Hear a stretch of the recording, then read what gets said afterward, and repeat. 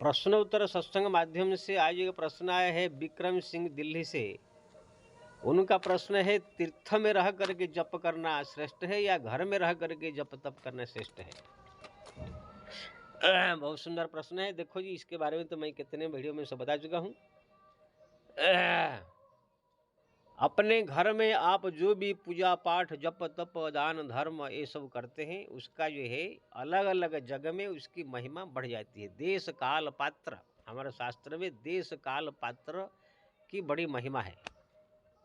छोटी सी उदाहरण आपको संसारिक देंगे। जैसे आप किसको भोजन करा रहे हैं, जिसको भोजन करा रहे हैं वो लोग के घर में सब संपन्न है, कोई ब्राह्मण है, उसके घर में भी खाने पीने का व्यवस्था है, बिल्डिंग है, घर है, द्वार है, नौकरी चाकरी सब है। लेकिन किसी ब्राह्मण को जो है आपने घर का पहचाने, इसलिए आइए पंडित जी भोजन कीजिए कह कर अपने घर में बुलाया, भोजन कराया। बहुत बढ़िया किया आपने, ब्राह्मण भोजन कराया।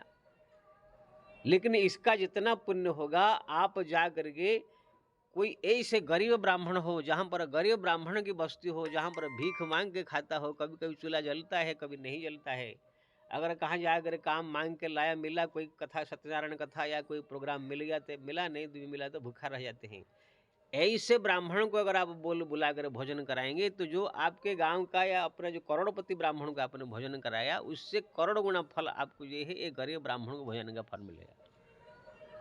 अलग अलग व्यक्ति से समय देश पर सब बदल जाने से इसकी महिमा बढ़ जाती।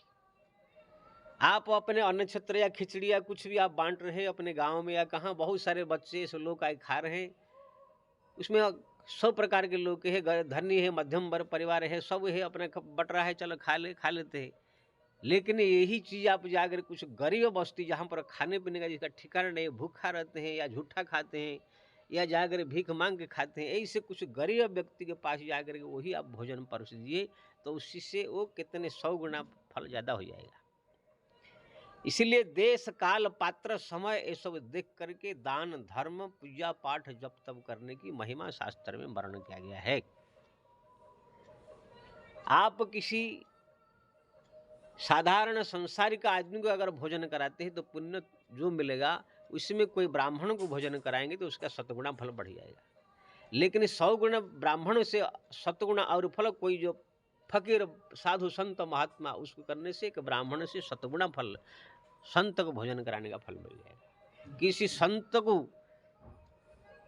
जितना आप भोजन कराएंगे, उससे जो ज्ञानी संत होते हैं उनको भोजन कराएंगे तो उससे भी 7 गुना फल बढ़ जाएगा। ज्ञानी संत को भोजन कराने से जो पुण्य होगा उससे भी, और अगर जो भक्ति से प्रेम से डूबा हुआ है, आंखों से अश्रु बह रहा है, शरीर रोमांच हो जा रहा है, गदगद हो जा रहा है, ऐसे कोई संत को भोजन करा देंगे तो उसी से भी और 7 गुना फल बढ़ जाएगा।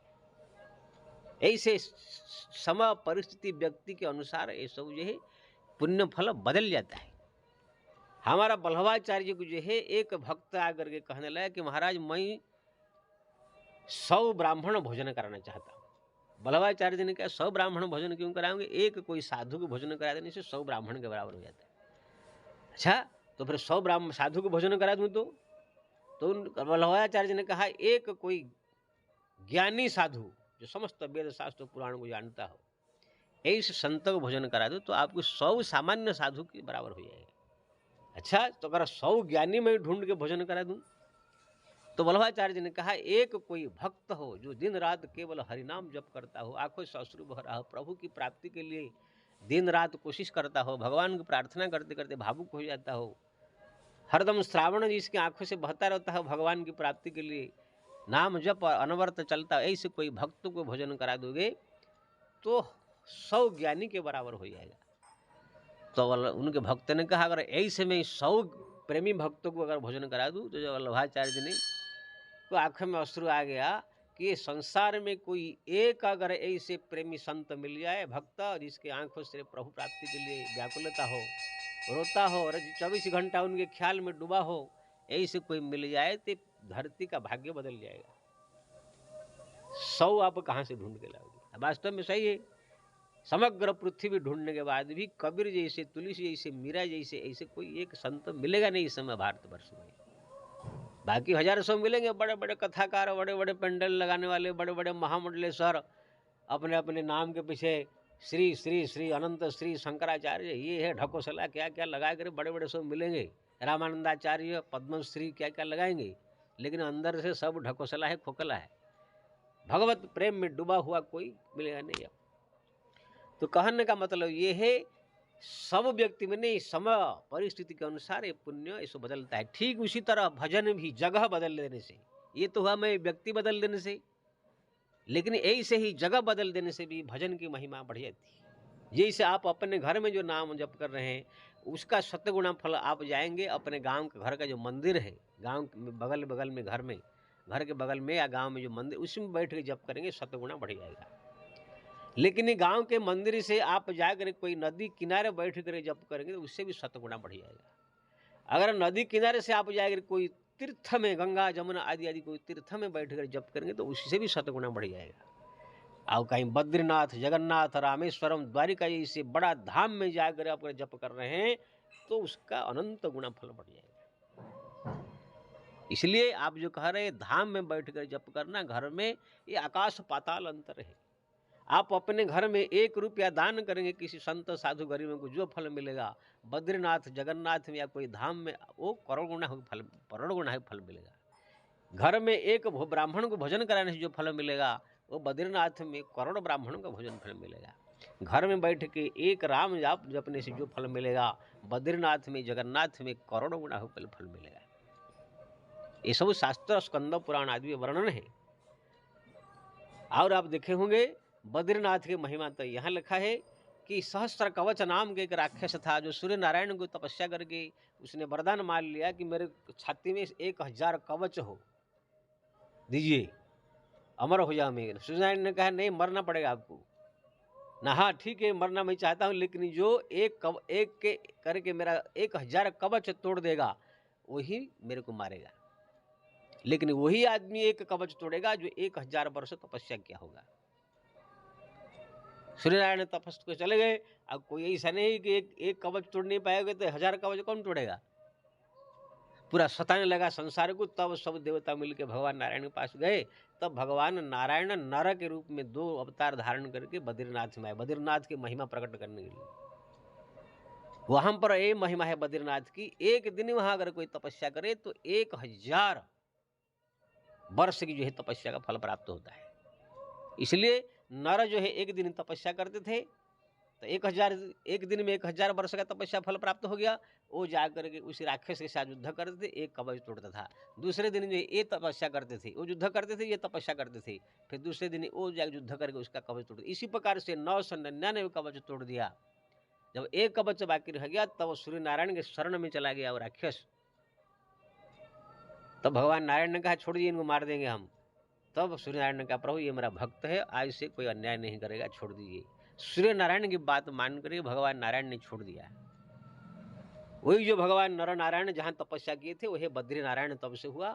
उसकी महिमा, वहाँ पर 1 दिन तपस्या करने से 1000 वर्ष तपस्या का फल मिलता है, भजन करने से, पूजा जो भी करो। फिर वही जो है राक्षस जाकर कर्ण के रूप में जन्म लिया। 1 कवच जन्म से ही लेकर पैदा हुआ था, लेकिन अधर्म का साथ दिया, इसलिए वही नर नारायण अर्जुन और कृष्ण के रूप में अवतार लेकर के उसका वध किया। तो कहने का मतलब ये है, ये मही शास्त्र में वर्णन है। 1 दिन अगर आप बद्रीनाथ में बैठ के तपस्या भजन करते हैं तो 1000 वर्ष की तपस्या का फल प्राप्त हो जाती है। इसलिए बद्रीनाथ महिमा में स्कंद पुराण में पढ़ोगे, वहाँ पर 1 दिन खड़े हो जाओ तो यज्ञ का फल, खाली 1 कदम आगे में बढ़ो, बड़े बड़े समय यज्ञ के फल प्राप्त होती है। बचपन में क्या हुआ, जवानी को हुआ, कभी भी क्या हुआ, पाप ताप सब नष्ट हो जाता है। कोई 1 बार जीवन में अगर बद्री केदारनाथ जगन चला गया, बद्रीनाथ धाम, तो जीवन में करोड़ों जन्म की पाप ताप नष्ट करके सब मुक्त हो जाता है। इसलिए ये सब बड़े बड़े धाम की ऐसे महिमा, ऐसे वृंदावन, अयोध्या, काशी, मथुरा, सबकी अलग अलग महिमा है। इसलिए मैं संकल्प लिया हूँ जब तक ये जीवन मेरा रहेगा हर साल मैं बद्रीनाथ जाऊँगा। ऐसे तो मैं हर साल 4 धाम जाता हूँ। हमारा जो 4 धाम यात्रा हर साल निकलता है अक्टूबर में। इस साल भी जो है नवरात्रि के बाद जो है हमारे 4 धाम यात्रा है। हर साल जाते हैं, हमारे साथ 40-50 आदमी जाते हैं, सब व्यवस्था रहता है। तो हर साल का हमारा नियम है 4 धाम जाने का, उसमें बद्रीनाथ में रहते हैं। तो ये हम नियम बनाए हैं, जब तक हमारा जीवन में रहेंगे हम 4 धाम करेंगे और शास्त्र में बद्रीनाथ रहेगा। अभी कम से कम 20 बार 4 धाम बद्रीनाथ सब हो गया है। तो इसलिए आपने जो पूछा विक्रम सिंह जी कि घर में जप करना और धाम में ये बहुत आकाश पाताल अंतर है। 1 करोड़ रुपया और 1 रुपया को आप तुलना कर रहे हैं। घर में बैठ भजन करना और जाकर धाम में भजन करना, ये अनंत महिमा है। उसमें भी बद्रीनाथ हो, जगन्नाथ हो, रामेश्वर, द्वारिका, तो फिर बात ही अलग है। इसलिए अगर आप ज़्यादा फल प्राप्त करना चाहते हो तो भगवान के धाम में जाकर कोई बड़ा धाम बद्रीनाथ, जगन्नाथ, रामेश्वरम, ये वृंदावन आदि में बैठ करके जप करे तो उसकी महिमा अनंत हो जाता है। जय श्री राम।